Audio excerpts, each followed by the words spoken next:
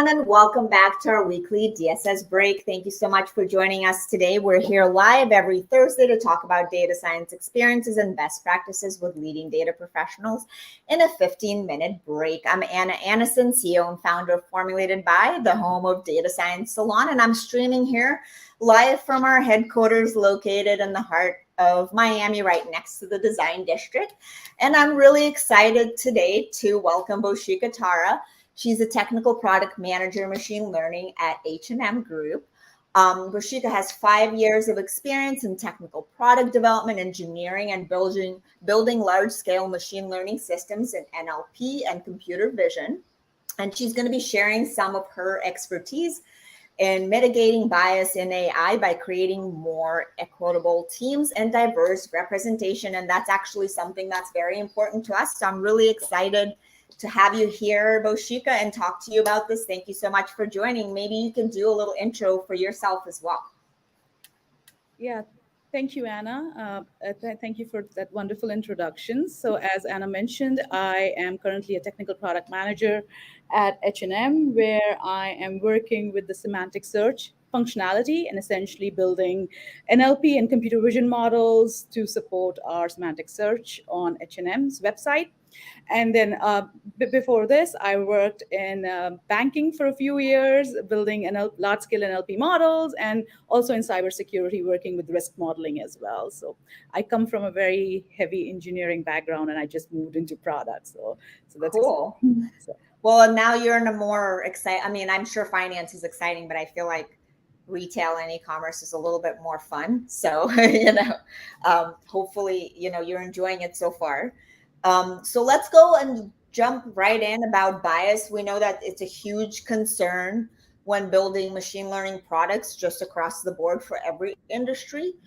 Maybe you could provide us with a little bit of overview of kind of biases that exist in machine learning. And I'm sure coming from finance, you have a few different use cases or examples for that. Yeah.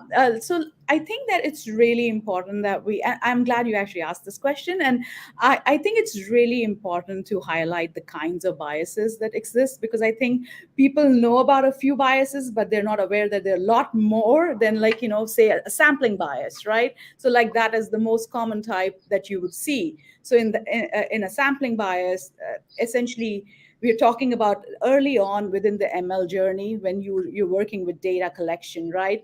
Where you might be introducing this kind of a bias. So it's like intentionally or say unintentionally, you tend to, like, say, oversample a population group, or that leads to essentially, like, predictions that are just biased towards certain characteristics that represent that group, right?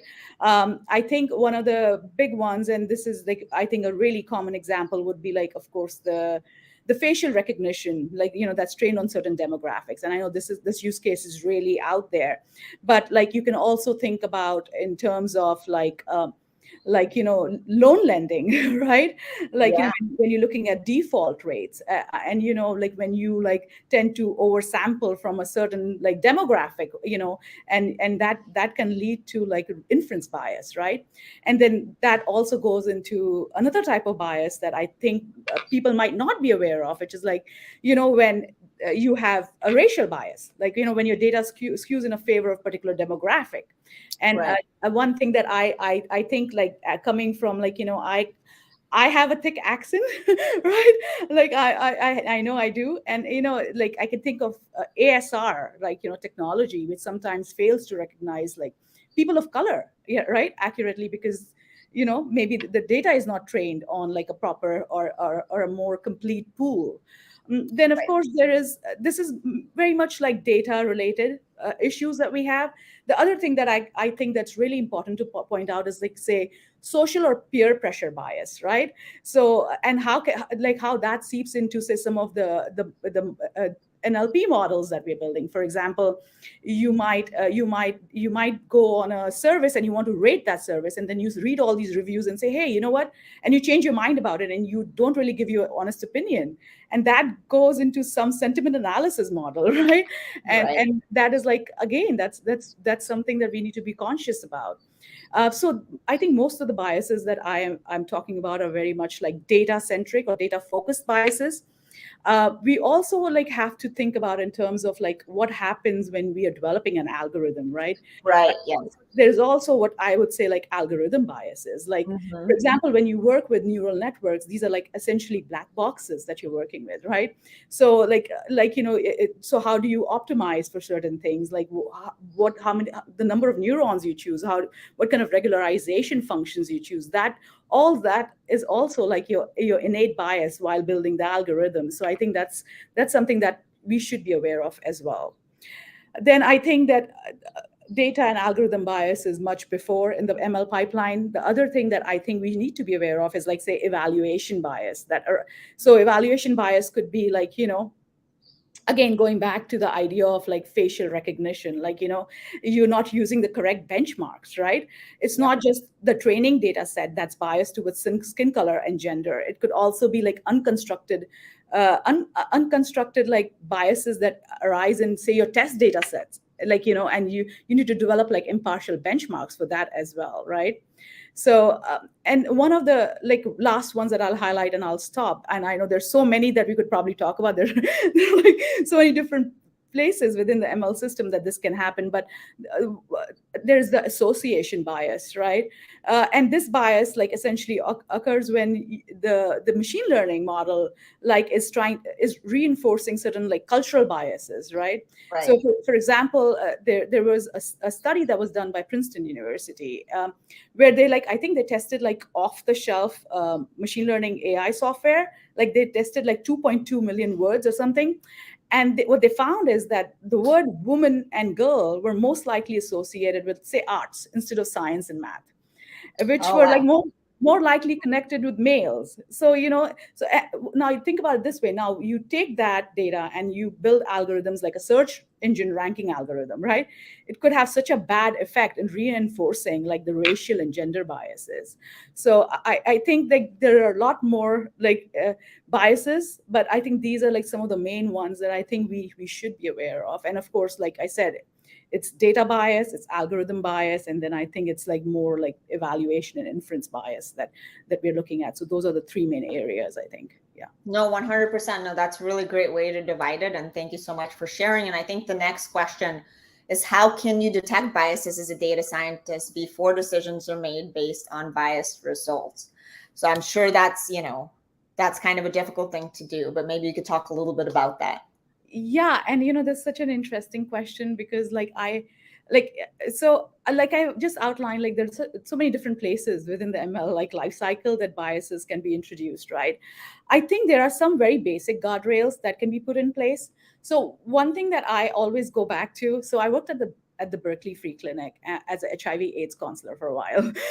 Like I volunteered there, and one of the basic theory that we practiced is called like harm reduction, right? Mhm. So what harm reduction means is like you cannot necessarily change behavior, but what you can do is you can mitigate that behavior. And that's how I think about like ML systems sometimes.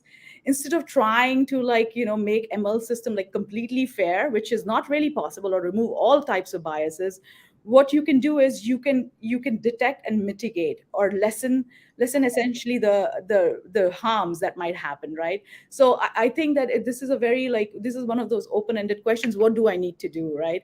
And it kind of goes back to like my thinking about harm reduction. Like you cannot completely mitigate biases within the ML system, but what you can do is you can reduce them or like try to Right. mitigate them. I think that having said that, I do see some areas where people like we can focus on. So one of the things that I think we can focus on early on is like defining our business use case, right? That Right. is something that is really early on in the process. Like if you're somebody who follows like the crisp DM methodology, you need to define that business case before you go into the entire life cycle. So I think if you can, so I think can narrow down the use case. Don't try to solve for everything. The other area that I see where we could actually improve is like bring diversity of perspective when it comes Yes. to your labeling, right? So for Mhm. example, if you're doing image annotations, you don't instead of choosing one labeler, make sure that you are pulling labelers from a representative diverse pool, right? That's something that can be done easily. And also when you're building ML systems, I think sometimes we get too much into the technical weeds of things, and we're too much into like the jazzy stuff, that we forget that this ML system is going to be serving something on the front end, that is our customer, right? So I think it's really important to understand how these systems are going to be interacting with our customers, and thinking from that perspective. Am I thinking like my customer and not by like myself? Like, what kind of problems do I see coming up in like the way customers interact with this technology, right? So that's the other thing that I think we could do. And I think it's also really important, and this is something that I learned in my previous company, is like you need to have an independent review body looking at your Right. models. You have to be objective about it. So, for example, the previous company that I worked for, we actually had a model risk office that sat outside of like our area or our team, and every 3 months we had to submit a report showing the model performance, showing if there is any model drift, how we plan to retrain our models, what kind of data are we using, how is it labeled, all those different things. And they would review it and give us feedback. So I think that's really, really important part, that any company that's thinking about like a AI ML first strategy has some kind of a model risk office to evaluate the risk of what we are building, right? So that's something I learned from my previous company. And then I think in the end, it's also like, we need to really, really, it's not about just deploying the model and forgetting about it. It's also evaluating your model's performance, running extrapolation experiments. Essentially, what happens if certain data points in your systems change, right? How Yep. does it affect inference? Like there's so many different tools that do it for you. Like Google has open source tools, I think Wit it's called. Then there's FairML. I think Microsoft has something too. They do, like, you can do a quantitative analysis essentially on your model's performance. I know there are a lot of qualitative tools as well, but yeah, there are a lot of different things you can do. But these are some things that I think of as, like, important or essential. Cool. No, that's great information. Thank you so much for sharing. And I think the last question I have is, we chatted before the show today, and you mentioned more equitable teams with diverse representation as a potential solution as well. So how does that really work, and how can people actually move forward towards that in their teams?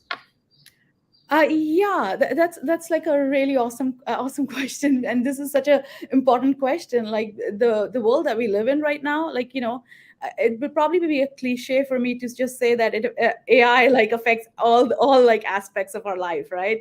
Like we go on Amazon and we get these recommendations, and I don't think we think twice about it, or Netflix, or all these different companies, right? There are so it's day-to-day interaction. We're already doing that, but one thing that I have to say is that one way we can fight the bias is to look at the data, essentially. And I'm going back to the idea of like data being really important. Mm-hmm. um, AI learns from like data that is essentially curated by humans, right? And we humans are not really perfect. Like, like essentially, if we do not put checks or guardrails around it, like essentially, uh, biases or unconscious biases can seep into our algorithms, right? Yep. So I think that it's really important that to mitigate these biases, we need to include people across race, gender, sexual orientation, age, economic conditions to challenge our own views, right? So by bringing in people with different thoughts and approaches to our, like, say, teams, like, that's one way of doing it. What I'm referring to is also like the aspect of increasing like cognitive diversity, right, as Mm-hmm. well. So it's like hiring people from different backgrounds. That can be your data scientists, your data analysts, your MLEs. um, and, like, and this goes to the cognitive diversity, also kind of seeps into the idea of gender diversity. Right. Like, 12% of leading machine learning researchers are female. 12%. That's such a small number, right? Yeah. We need The to increase that. Yeah, for sure.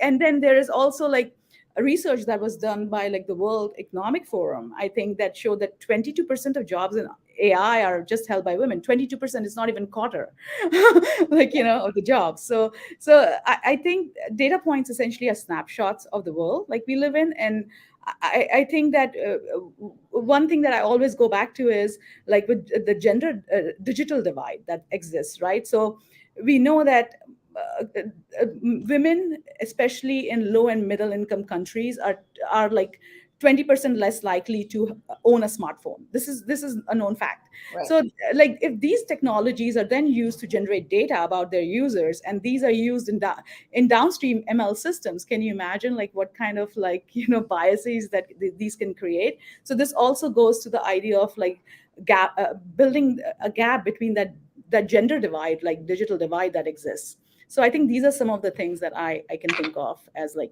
being important. So yeah. Great. No, thank you so much. It was really great to chat with you, Boshika, and thank you so much for sharing all of that experience. It was such a pleasure to have you.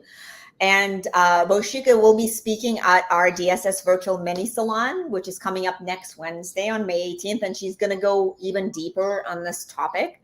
It's a free community event that's going to focus on machine learning application and retail and e-commerce. And we're really excited for you guys to join us. We're going to share a link where you could register. And yeah, it was really great to have you, Boshika. And I hope all of you guys have a wonderful rest of the week. Bye. Bye. Thank you.